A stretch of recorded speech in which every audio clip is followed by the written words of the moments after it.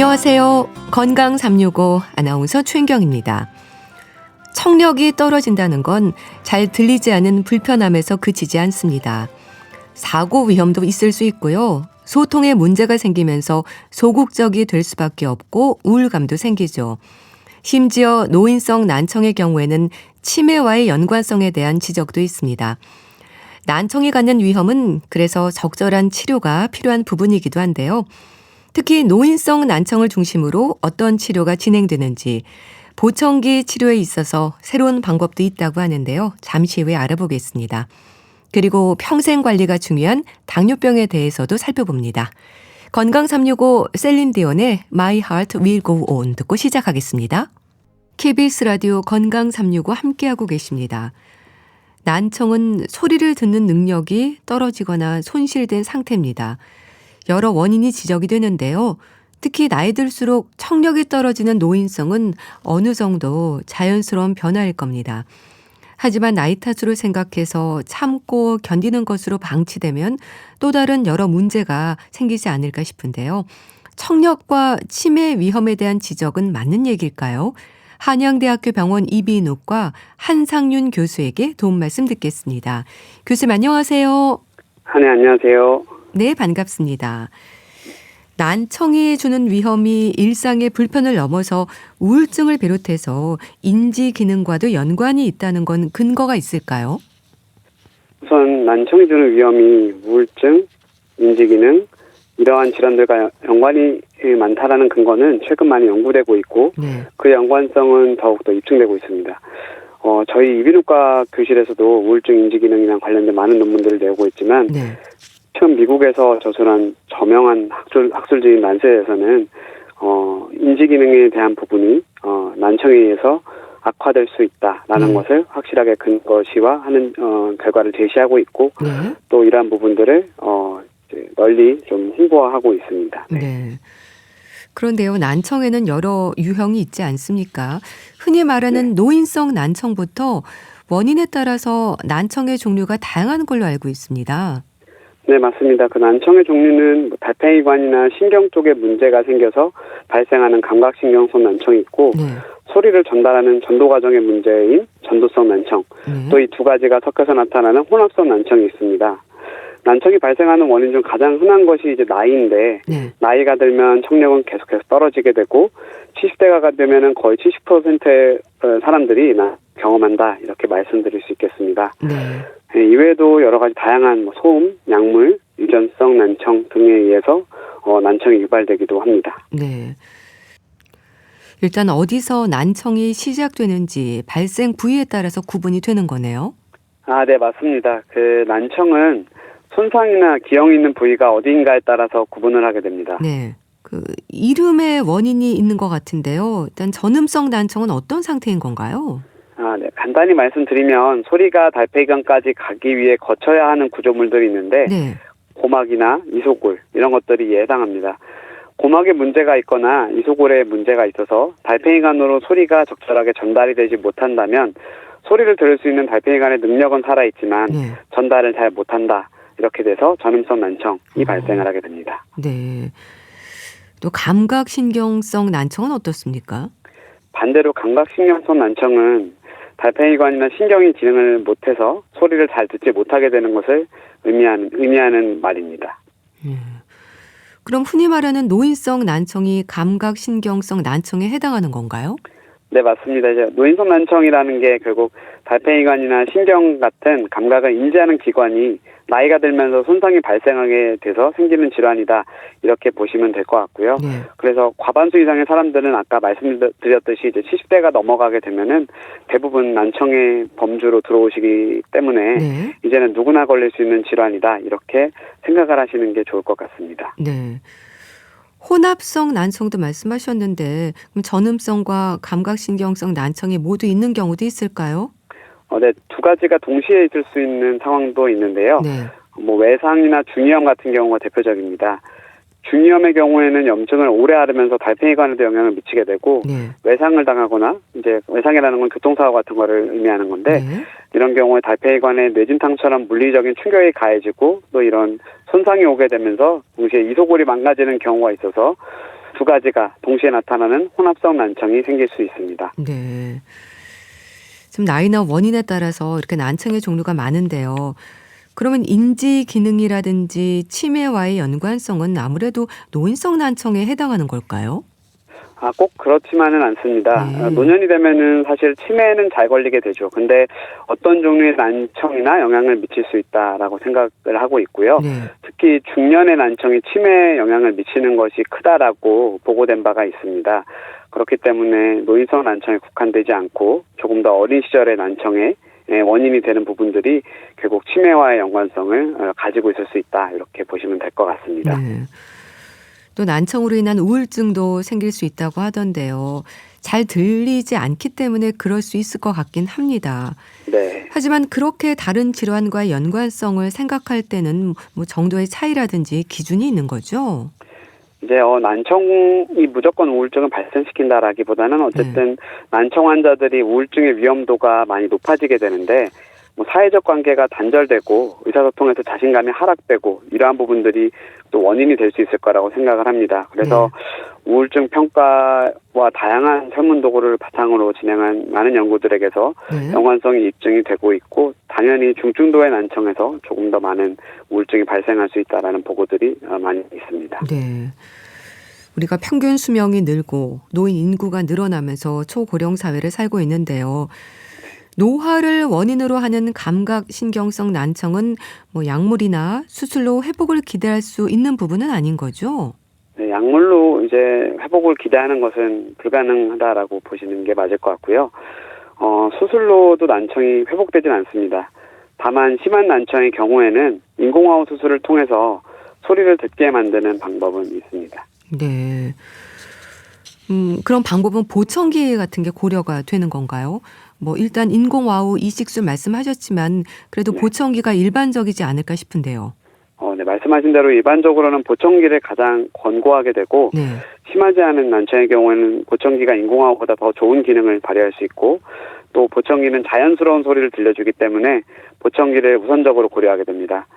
그런데 환자들 중에서 보청기를 써도 효과가 없을 거라고 판단이 될 때는 인공호흡을 고민을 하게 됩니다. 네. 그런데 보청기를 착용하는 분들도 많지만요. 적응하기까지 시간도 필요할 것 같고요. 또 보청기로 치료할 수 없는 경우도 있지 않을까 싶은데 어떨까요? 보청기로 치료할 수 없는 경우도 있는데 보청기를 끼면은 소리가 들어가는 것까지는 어느 정도 보조가 되지만 보청기를 계속 끼고 적응을 하고 6개월 이상 착용을 하고 이러한 절차를 거치고도 말을 충분히 구분하지 못하는 경우가 있습니다. 말소리를 구분하지 못하게 되면은 이제 다른 치료법을 고민을 해야 되고 그러한 경우에는 이제 아까 말씀드렸던 인공호흡 같은 것들을 고려할 수 있고요.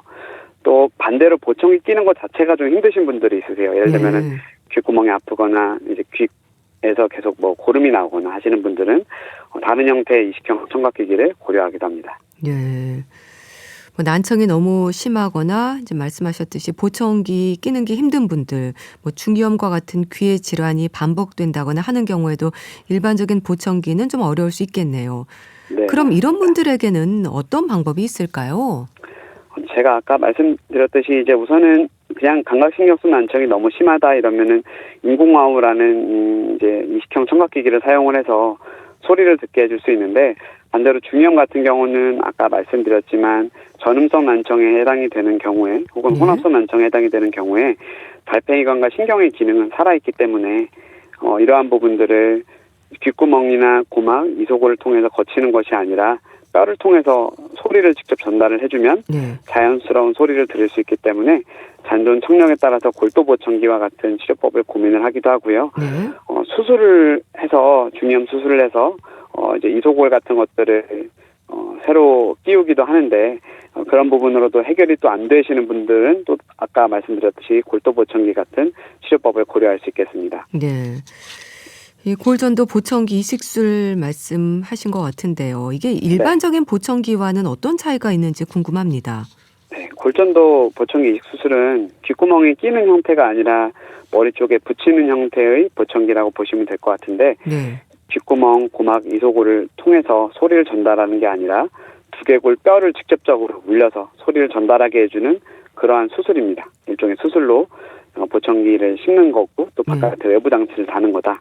이렇게 이해하시면 될 것 같고요. 네. 귓구멍을 거치지 않기 때문에 이쪽에서 생긴 문제들을 좀 우회할 수 있다는 장점이 있고 또 두개골을 통해서 소리가 들리기 때문에 문제가 있는 귀의 반대편 귀에도 소리가 전달된다는 장점이 있습니다. 네.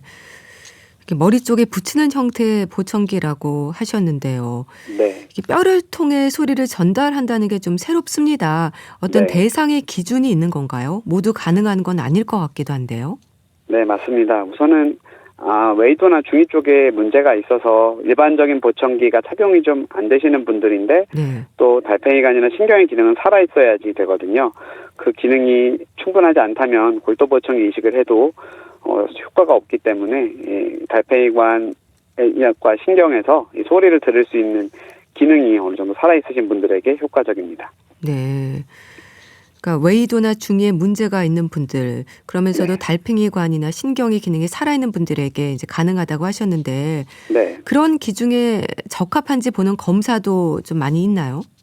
네, 우선은 수능 청력 검사를 통해서 기도 청력, 그러니까 공기를 통해 들리는 청력과 골도 청력, 뼈를 통해서 들리는 청력을 평가할 수 있고 네. 또 저 같은 경우는 이제 붙이는 형태의 골도 보청기가 있습니다. 네. 이제 수술로 바로 진행을 한다기보다는 붙이는 형태의 보청기나 약간 밴드 형태의 보청기를 이용을 해서 네. 한번 테스트를 미리 해봅니다. 그래서 환자가 그런 걸 끼고 얼만큼 잘 됐는지를 먼저 평가를 하고 네. 그 이후에 수술 여부를 결정하게 됩니다. 네. 미리 테스트를 해본다고 하셨는데 네. 종류가 많네요. 테스트는 어떻게 진행이 되는 건가요? 테스트는 이제 골도 보청기를 간단하게 붙이거나 네. 혹은 머리에 밴드를 이용해서 고정해 놓은 상태에서 청력 검사를 진행을 해봅니다. 그래서 청력 검사는 그냥 소리를 전달해주는 청력 검사도 있지만 말소리를 구분하는 것을 확인하는 청력 검사도 있습니다. 네. 그래서 이 두 가지를 종합을 해서 저희가 이 보청기를 꼈을 때 얼만큼 효과가 있는지를 미리 평가를 하게 되고 또 환자들이 주관적으로 만족하기도 합니다. 이제 네. 이거를 껴보고 생활할 수 있는 시간을 이제 주기도 하는데요. 네. 이제 그러다 보면은 생활 속에서 주관적인 만족도를 평가할 수 있습니다. 네. 테스트는 한두 번으로 가능한가요? 테스트는 보통 청력 검사는 한두 번만 진행을 하는데 저 같은 경우는 보청기를 좀 대여해드려서 네. 일주일 정도에서 뭐 길게는 2주까지 한번 사용을 해보시고 충분히 경험을 해보실 수 있게 대여를 좀 해드리고 있습니다. 네. 이 골전도 보청기 이식술이라는 이름을 생각하면 이제 보청기를 꼈다 뺐다 하는 게 아니라 이식을 한다는 거잖아요. 맞습니다. 그런데 장치를 삽입을 한다는 게 어떤 의미인지 얼른 이해하기 어려운데요. 환자들에게는 어떻게 설명을 하세요? 간단하게 뼈를 울려서 소리를 전달하기 때문에 네. 뼈를 울리는 장치를 머리 안에다가 이렇게 싣는다 이렇게 말씀을 드리고 외부의 장치를 통해서 소리를 전기 신호로 바꾸고 이 전기 신호로 내부 장치를 울린다. 네. 이렇게 이해하시면 될 것 같습니다. 네. 이게 아직 대중화되지는 않은 것 같은데 교수님도 이 이식술을 하고 계시는 거죠? 네, 저도 이제 골전도 보청기 수술이 필요한 환자들에게 있어서는 수술을 진행하고 있고 네. 청력 자체의 중요성이 또 대두되고 또 인공화우나 이런 것과는 달리 청력이 남아있는 경우에는 자연스러운 소리를 또 들을 수 있다는 장점이 있기 때문에 저는 좀 적극적으로 만약에 보청기를 끼시기 힘드시고 또 골전도에 문제가 있다고 하면은 네. 한번 시험 착용을 해보시길 권하고 시험 착용이 만족스럽다면 수술을 권하게 됩니다. 네.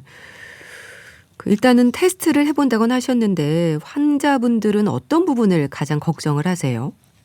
아무래도 이제 이식형 수술이다 보니까 이게 실제로 수술을 했을 때 뭔가 부작용이 생길지 않을지 이런 이제 수술이라는 것 자체에 대한 불안감이 좀 크신 것 같고요. 네. 그런 분들에게는 이제 제가 뭐 장단점을 충분히 설명을 드립니다. 일반적인 보청기와는 달리 소리를 듣는 것이나 이런 네. 것에 있어서는 당연히 장점이 있겠지만 전신 마취 혹은 부분 마취로 수술을 해야 되고 또 MRI를 찍을 때 일부 자석이 있다 보니까 네. 지장이 있는 부분에 대해서는 미리 말씀을 좀 드리고 진행을 하게 됩니다. 네. 혹시 골전도 보청기 이식술을 했다가 기존의 보청기로 바꾸는 경우도 있나요? 재환자 중에서는 아직까지는 없는데요. 이제 기존 보청기를 먼저 끼셨던 분들을 대부분 대상으로 하고 있고 네. 또 골도 보청기 이식 수술이 착용 전에 미리 테스트를 해보고 충분한 상담을 거치기 때문에 네. 제 경우에는 환자들의 만족도는 대부분 높으셨던 것 같습니다. 네. 그러니까 일단은 의료진과 환자 모두 만족도가 높다고 봐야 되겠네요. 네, 맞습니다. 네. 뭐 앞으로 대상 범위가 더 넓어진다거나 하는 부분도 기대할 수 있는 건가요? 사실 골도보청기가 가장 큰 문제가 이제 비용이 많이 비싸다는 부분이거든요. 네. 그래서 아직은 소아에게만 보험이 적용이 되고 있는데 현재 다양한 질환에서 도움이 되고 있고 성인에서도 충분히 도움이 되는 만큼 대상 범위가 넓어지고 또 지원에 대한 부분이 좀 좋아질 것이라는 기대를 하고는 있습니다. 네. 일단은 좀 아직까지는 비용이 부담이 되고 이제 소아에게만 보험이 적용된다고 하셨는데요. 소아들이 이런 이식술을 또 많이 하나 보죠? 소아 중에서 선천적으로 귓구멍이 막혀 있거나 혹은 이소골에 기형이 있는 경우에 수술로 해결이 되지 않을 것이라고 판단이 되는 경우에는 네. 골도보청기 이식을 해서 조기에 소리를 넣어줘야지 정상적인 언어 발달을 할 수 있습니다. 특히 소아는 말을 배워야 되기 때문에 네. 소아에서는 골 전도에 문제가 있다 그러면 조금 더 적극적으로 수술을 고려하게 됩니다. 네. 뭐 사전에 여러 가지 테스트를 해서 적응이 잘 되는지 보고 이제 수술한다고 하셨는데요. 일반적인 보청기는 적응 기간도 필요하지 않습니까? 골전도 맞습니다. 보청기 이식술은 어떨까요? 골전도 보청기도 마찬가지로 적응 기간이 좀 필요한데 네. 초기에 착용을 하면은 잘 들리기는 하지만 아무래도 소리가 갑자기 커지거나 하는 부분에 있어서 조금 불편감을 느끼실 수 있기 때문에 네. 주기적으로 방문을 하셔서 이 보청기를 적절하게 본인의 청력에 맞추어서 저희는 이제 피팅한다고 표현을 하는데 네. 마치 맞춤 정장을 맞추듯이 본인의 청력에 맞춰서 청력을 서서히 그리고 또 환자분의 불편감을 고려해서 조절을 해서 적응을 하도록 안내하고 있습니다. 네. 그 이식술을 한 건데 이제 소리가 커지는 부분에 있어서 조절이 가능한 거네요. 맞습니다. 이제 외부 장치를 통해서 소리 볼륨을 조절할 수 있고 또 다양한 형태의 프로토콜들이 있기 때문에 소리를 조절할 수 있는 프로토콜을 또 조절을 하는 방향으로 해서 환자들의 청력의 수준과 개인적인 만족도에 맞춰서 조절을 하고 있습니다. 네. 아무래도 골전도 보청기 이식술 적응 기간에 잘 살펴야 하는 부분들도 있을 텐데요. 네, 맞습니다. 의사와의 상담이 꼭 필요한 증상이라든지 하는 부분은 없을까요? 이제 보통 호소하시는 부분들이 제일 사실 좀 걱정이 되는 부분들은 네. 만약에 붙이는 부위가 조금 피부에 문제가 좀 있거나 하는 부분이 네. 생길 수가 있거든요. 이제 그런 경우에는 많이 아프시거나 하면은 조기에 내원해서 자석을 좀 약하게 변경한다든지 혹은 피부 상태에 문제가 없는지 확인이 꼭 필요할 것 같고요. 네. 그거랑 이제 아무래도 보청기를 낀다라는 것은 소리가 전체적으로 증폭이 되기 때문에 네. 잡음 같은 것들이 좀 크게 들릴 수 있는 부분들이 있습니다. 이제 그러니까 말소리가 아니라 주변 소음이 또 같이 증폭이 되기 때문인데 네. 그러한 부분들을 조금 적절하게 청력에 맞춰서 보청기를 조절하면서 좀 환자분들이 불편감 없게 하도록 말씀을 드리고 또 조금 서서히 적응하는 과정을 거쳐서 그런 불편감을 최소로 하도록 하는 것이 중요할 것 같습니다. 네. 이 골전도 보청기 이식술의 수명은 어떨까요? 영구적이진 않은 거죠? 내부 장치는 거의 반영구적이라고 생각을 하고 있고요. 네. 외부 장치는 아무래도 떨어뜨리거나 이제 물에 빠지거나 혹은 등등의 이유로 고장이 나는 경우가 있기 때문에 그런 경우에는 외부 장치를 바꾸어서 착용을 해야 될 수 있습니다. 네. 고장이 나는 경우도 있다고 하셨는데 조심할 부분들도 있겠어요. 가장 문제가 되는 건 사실 잃어버릴 수 있다라는 부분인데, 네. 이제 붙이는 거다 보니까, 네. 모자를 쓰거나 이런 경우에 본인도 인지하지 못하게 떨어뜨리거나 하실 수는 있습니다. 그래서 네. 항상 수술하고 난 다음에는 그런 분들을 좀 주의하셔야 되고, 또 귀에 살짝 걸 수 있게끔 나오는 와이어들도 있기 때문에 네. 그런 것들을 또 활용해 보시는 것도 방법일 수 있겠습니다. 네. 참 이렇게 난청을 해결한다는 건 삶의 질과 직결이 되는 부분일 텐데요. 네. 보청기에도 이렇게 새로운 영역으로 확대되고 있다는 건 기대가 되는 부분이 많습니다. 네. 골전도 보청기 이식술이 3차 네. 병원을 중심으로 임상에서 진행이 되고 있는 부분인 거죠? 네, 임상에서 현재도 많은 교수님들이 진행을 하고 있고 네. 많은 환자분들이 이득을 보고 있습니다. 특히 이제 청력이 아까 말씀드렸듯이 인지기능이나 우울감, 사회적 관계 이러한 다양한 분야에 영향을 미치고 있는 만큼 적극적으로 재활을 해야 되기 때문에 네. 난청에 대한 정확한 평가를 받고 필요하면은 이러한 조금은 이제 생소하실 수 있겠지만 본인에게 최적화되어 있는 이식형 청각기기를 활용하는 것도 고려해 볼 수 있겠다. 전문의와의 상담과 네. 개선의 필요성을 다시 한번 강조드립니다. 네. 알겠습니다. 자, 오늘은 골전도 보청기 이식술을 중심으로 난청과 재발 치료에 대해서 알아봤는데요. 한양대학교 병원 이비인후과 한상윤 교수와 함께했습니다. 말씀 감사합니다. 감사합니다. KBS 라디오 건강 365 함께하고 계신데요. 아이유의 Love Wins All 듣고 다시 오겠습니다. KBS 라디오 건강 365 함께하고 계십니다. 당뇨병에 대해서는 국민병, 관리가 필요한 만성질환, 생활습관병, 합병증이 더 무서운 질환, 지적되는 부분들이 참 많습니다. 당뇨병으로 치료 중인 분들은 당뇨병이 가장 무섭다는 말도 하던데요. 어떤 의미일까요? 가톨릭대 인천성모병원 가정의학과 서민석 교수에게 도움 말씀 듣겠습니다. 교수님 안녕하세요. 네, 안녕하세요. 우리나라의 당뇨병 유병률이 어느 정도일까요? 국민병으로도 불리지 않나요? 2024년에 당뇨병 학회에서 발표된 팩트 시트를 보면 네. 2022년 기준으로 30세 이상 성인 7명 중에 1명, 그러니까 14.8% 정도가 당뇨를 가지고 있다라고 발표를 했습니다. 네. 이 고혈압의 유병률이 한 23% 정도 되고요. 이상지질 혈증 유병률이 한 40% 정도 되는데 그거에 비해서는 낮기는 하지만 전 국민 중에 600만 명 이상이 당뇨가 있다고 생각을 하면 네. 무시 못할 정도의 수치죠. 네. 그런데요, 그중에서 특히 젊은 층의 당뇨병 진단이 늘었다고 들었습니다. 그런가요? 당뇨의 경우 나이가 들면 유병률이 증가하는 걸로 되어 있고 네. 실제 65세 이상에서 28%의 성인이 당뇨라고 알려져 있는데요. 이 문제는 젊은 연령에서의 당뇨 환자가 급증하고 있다는 거죠. 네. 국민건강영양조사 13년 정도 자료를 분석을 해보니까 30세 미만 당뇨가 2.2배 늘었다. 유병률은 4배로 늘었다. 급증했다고 보고되어 있습니다. 네. 그럼 원인이 뭘까요? 아무래도 이 비만으로 인한 인슐린 저항성의 증가가 당뇨 발생 위험을 증가시키는 걸로 볼 수 있는데요. 네. 이게 특히 소아청소년기 때의 그 비만을 만드는 잘못된 식습관이나 배달 음식, 잦은 인스턴트 음식의 섭취라든지 고당 음료의 노출 같은 것들이 결국에는 고탄수화물, 고지방 섭취를 만들게 되고 거기에 추가로 운동 부족, 스트레스가 유발되면서 인슐린 저항성이 높아지고 비만과 당뇨의 발생에 영향을 준다고 그렇게 알려져 있습니다. 네.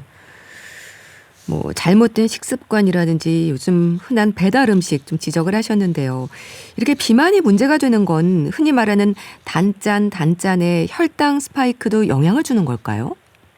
이 혈당 스파이크가 뭔지부터 좀 알아야 되는데요. 네. 이 우리 몸의 세포가 처리할 수 있는 양보다 많은 양의 포도당이 급격하게 들어오는 걸 말하는데요. 그렇게 되면 식사하고 나서 혈당이 급격하게 오르고 네. 혈당이 급격하게 오르니까 인슐린이 또 많이 분비가 되고 그러면 혈당이 또 급격하게 떨어지면서 뇌에서는 또 에너지가 부족한 것 같아 다시 먹어야 돼 이렇게 되게 되면 혈당이 급격하게 올랐다가 떨어졌다를 반복하면서 체중이 늘어나게 되는 거거든요. 결국 이 단짠 음식의 단맛을 내는 이 탄수화물이 주로 단당류라 흡수가 되게 빠릅니다. 그래서 이런 급격한 혈당 변화가 원인이 되는 겁니다. 네. 뭐 특정 나이대와 상관없이 당뇨병 고위험군이 참 넓게 자리한다는 생각도 드는데요. 특히 비만이 당뇨병과 아주 밀접한 연관이 있나 봅니다. 좀 설명해 주세요. 비만은 당뇨를 비롯해서 고혈압, 이상지질혈증, 지방간, 심내혈관 질환, 암 등의 이 주요 만성 질환의 동반자라고 볼 수 있는데요. 네. 이 비만 중에서 복부 비만은 당뇨병의 발생에 직접적인 기전인 인슐린 저항성과 가장 밀접하게 관련되어 있다고 볼 수 있습니다. 네. 복부 비만 지적을 해주셨는데요. 운동 부족도 문제라는 지적이던데 뭐 스마트폰도 한 몫을 할까요? 결국엔 비만, 인슐린 저항성을 유발할 수 있는 거는 과도한 칼로리의 섭취와 운동 부족이라고 봐야 되는데요.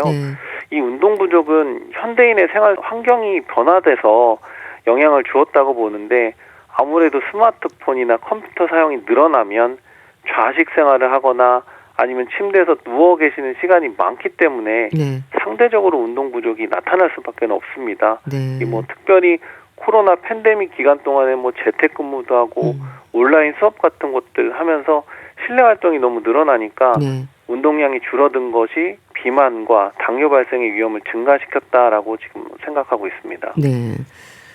비만과 운동 부족 지적을 해주셨는데요. 자, 그렇다면 살을 빼고 운동을 습관화하면 그만큼 위험이 떨어진다고도 볼 수 있을까요? 일단 살을 빼려면 두 가지 중요한 습관이 식사 조절과 운동인데요. 네. 운동을 이제 습관화한다는 거 비만 관리의 가장 기본이라고 볼 수 있고요. 실제로 운동을 하게 되면 인슐린 저항성이 떨어지게 되고 복부 비만이 좋아집니다. 네. 결국엔 당뇨 발생의 위험을 줄이는 데 효과적인데요. 이 습관을 만들어 나가는 게 참 쉽지는 않은데 최소한 3개월 이상 꾸준한 실천이 필요합니다. 그래서 지금부터 봄까지 운동을 좀 꼭 시작해 보셨으면 좋겠습니다. 네. 우리가 당뇨병을 얘기할 때 다음, 다식, 다뇨를 지적하지 않습니까? 이건 어떤 의미일까요? 당뇨병이 생겼을 때 생길 수 있는 대표적인 증상이 다음, 다식, 다뇨인데요. 네. 다음은 뭐 물을 많이 마시는 거, 다뇨는 소변을 자주 보는 것이고요.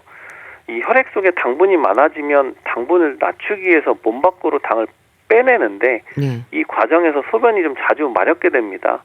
소변으로 이제 수분이 빠져나가게 되니까 목이 말라서 물을 자주 찾는 거고요. 네. 그래서 이제 다뇨, 다식, 이런 것들이 다음 다식이 좀 생기는 거고요. 네.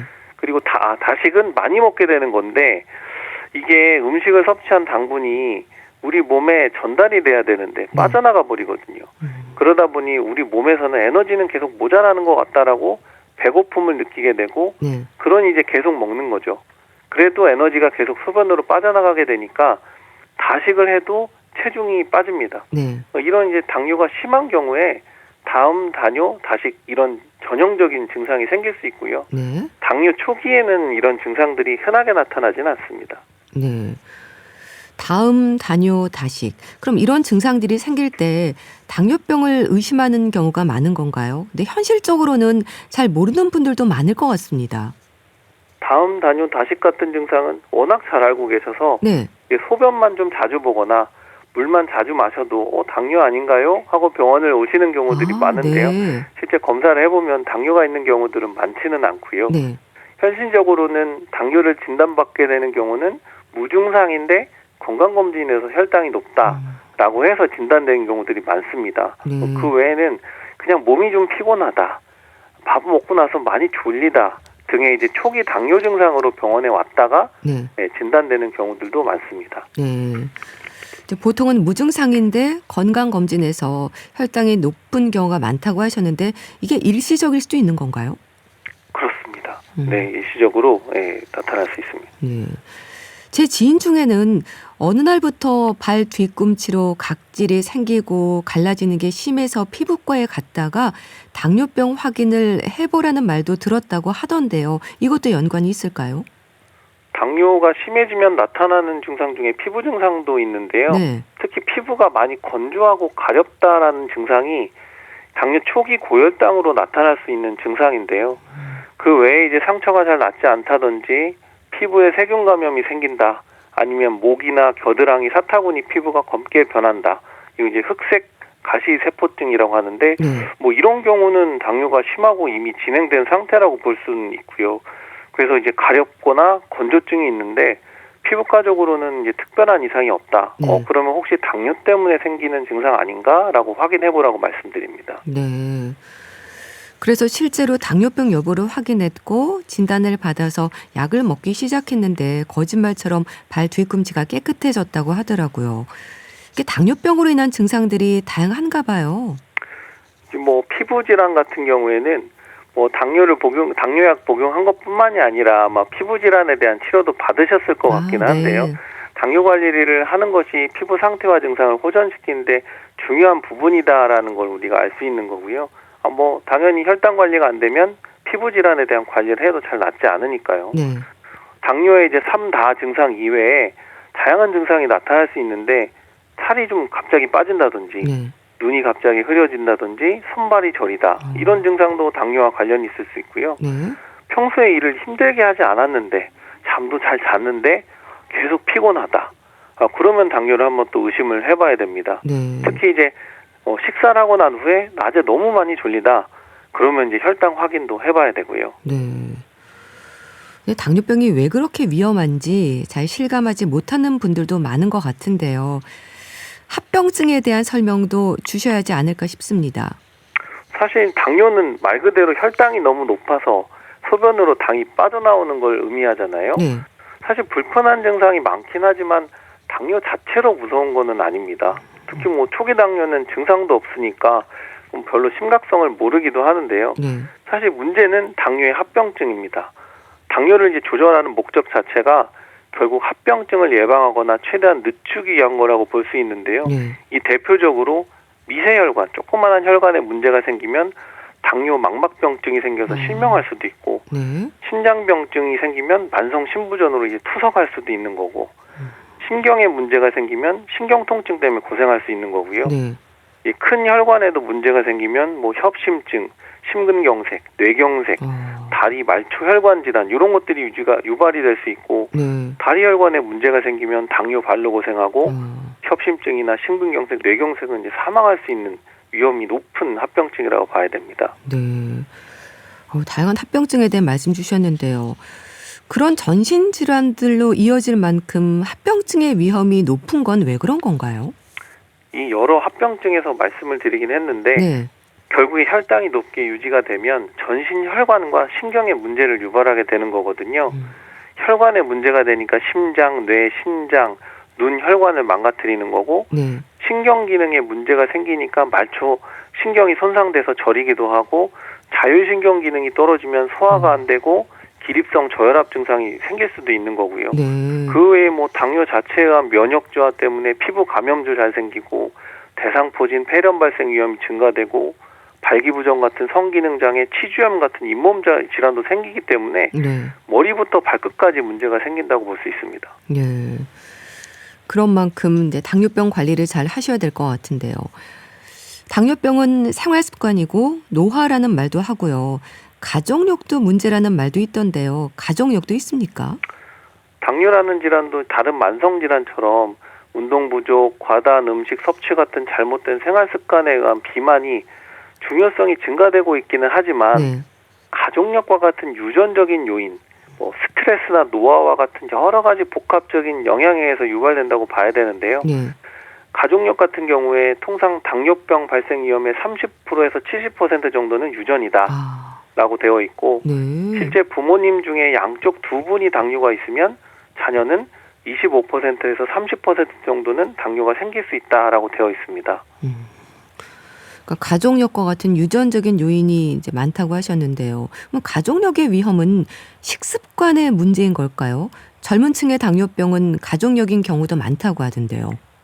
이 가족력이라는 것이 일반적으로는 특정 유전자의 이상이 문제가 되는 경우가 많습니다. 네.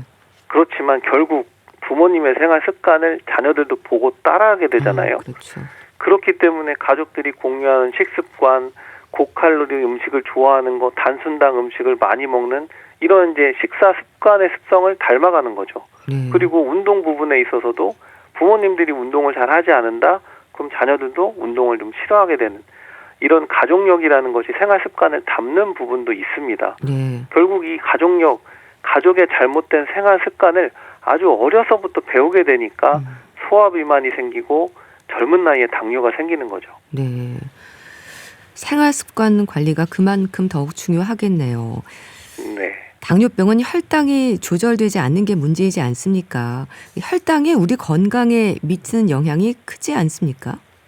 뭐 혈당이 정상보다 높은 게 이제 당뇨고, 합병증 생기는 것이 문제니까 네. 결국엔 혈당 조절 잘하자, 이게 당뇨라는 병의 1차 목표가 됩니다. 직접적으로 건강에 영향을 준다고 봐야 되고요.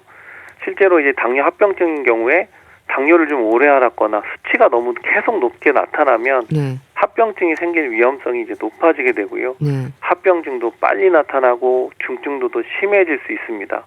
그리고 이런 만성 합병증 발생 여부를 떠나서 혈당 조절이 안 된다. 그러면 급성 고혈당으로 인한 탈수 증상 때문에 의식이 떨어져서 혼수 상태로 응급실에 오시는 경우도 있을 수 있습니다. 네.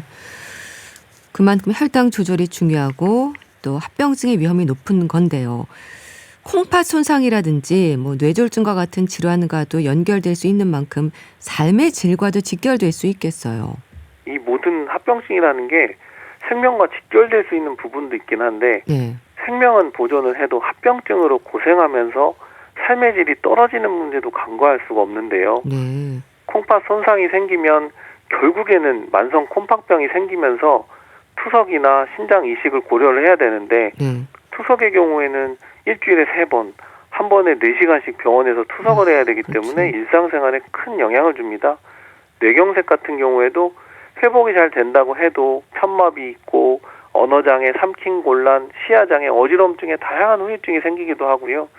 인지기능이 떨어지거나 네. 행동이나 감정 변화 때문에 생기는 정신적 문제도 지속될 수 있기 때문에 삶의 네. 질이 굉장히 나쁩니다. 네. 그렇기 때문에 이런 합병증이 생겨서 고생하기 전에 미리 당뇨 관리를 하는 게 중요하다는 것이죠. 네. 당뇨병 치료제는 어떻습니까? 아주 다양한 치료제들이 나와 있지 않아요? 신약에 대한 관심도 높던데요. 당뇨 자체에 대한 치료제가 최근 20년 사이에 많이 개발됐고요. 네. 그래서 환자들한테 쓸 수 있는 다양한 치료제가 나와 있긴 한데 DPP4 억제제라는 것도 생겼고 SGLT2 억제제라는 것도 생겼고요. 최근에 아무래도 가장 핫한 게 네. 비만과 당뇨에 동시 적용할 수 있는 GLP-1 유사체, 이미 비만약으로 잘 알고 계신 삭센다, 위고비, 마운자로 이런 약들이 많이 관심을 받고 있는데요. 네. 이게 아직은 비만 환자에서만 쓸 수는 있긴 하지만 추가로 이제 당뇨병에 적응을 받아가는 과정이 국내에서도 진행되고 있고요. 네. 이게 주사제는 또 맞기 싫어하는 분들이 있는데 그걸 또 먹는 약으로 좀 개발하는 과정 중에 있습니다. 네. 일단 자신에게 맞는 약을 쓰는 것도 중요하겠다 싶은데요. 의사와 좀 친해져야 한다는 말도 그래서 나온 게 아닐까요? 맞습니다. 네. 이 당뇨라는 게 생활 습관을 관리하는 부분도 있고 네. 약물도 그 사람에 맞게 써야 되는데 이게 동일하지 않거든요. 사람마다 다른데 본인의 건강 상태에 따라 목표도 다르고 방법도 다르고 약도 다르게 쓸 수 있는 부분인데 네. 예를 들어서 마른 당뇨다. 이런 분들은 무리한 유산소 운동을 하거나 식사를 줄여나가는 것보다는 오히려 단백질을 늘리고 근력 운동을 하는 게 중요한 거고요. 네. 약을 쓸 때도 살이 빠지는 쪽으로 작용하는 당뇨약보다는 늘어나는 쪽의 약을 쓰는 게 더 효과적인 거죠. 이 반대로 비만이 동반된 당뇨 환자는 살이 빠지는 쪽의 약물을 선택을 하는 거고요. 네. 결국에는 의사와 친해져야 한다는 거는 이 당뇨는 치료하는 병이 아니기 때문에 그렇습니다. 당뇨는 꾸준히 관리를 해야 되기 때문에 친해져야 하고 그러면서 일상생활에서 뭘 먹는지 네. 운동은 어떻게 했는지 주기적으로 확인을 해야 되고 잘못된 거는 바로잡기 위해서 저희도 잔소리를 할 수밖에 없는 거고요. 네. 이 학생들이 선생님이랑 친해져야 공부를 잘할 수 있는 것처럼 네. 의사도 환자도 의사와 친해져야 건강관리를 잘할 수 있습니다. 네. 참 관리를 잘해야 되는 건데요. 그럼 동네에 주치의를 두고 약을 타러 갈 때마다 궁금한 부분들을 상담하는 것도 방법이 되겠어요. 우리가 이제 약만 쓴다고 잘 되는 게 아니기 때문에 네. 생활 습관을 어떻게 보면 세밀하게 좀 조절을 해야 됩니다. 그래서 평소에 궁금했던 것도 네. 주치의한테 물어보는 게 되게 중요한데요. 우리가 이제 보통 당뇨 환자분들을 볼 때 2달에서 한 3달에 한 번 정도 진료를 보거든요. 네. 그동안에 있었던 몸의 변화나 관리를 하면서 궁금했던 거를 주치의와 상의해보는 것이 필요한데 큰 병원은 가기가 좀 어렵잖아요. 그렇죠. 당뇨를 포함한 또 다른 나의 건강 상태도 확인하고 조절해줄 수 있으려면 쉽게 언제든 편하게 갈 수 있는 동네 주치의가 있는 게 더 좋은 거죠. 네.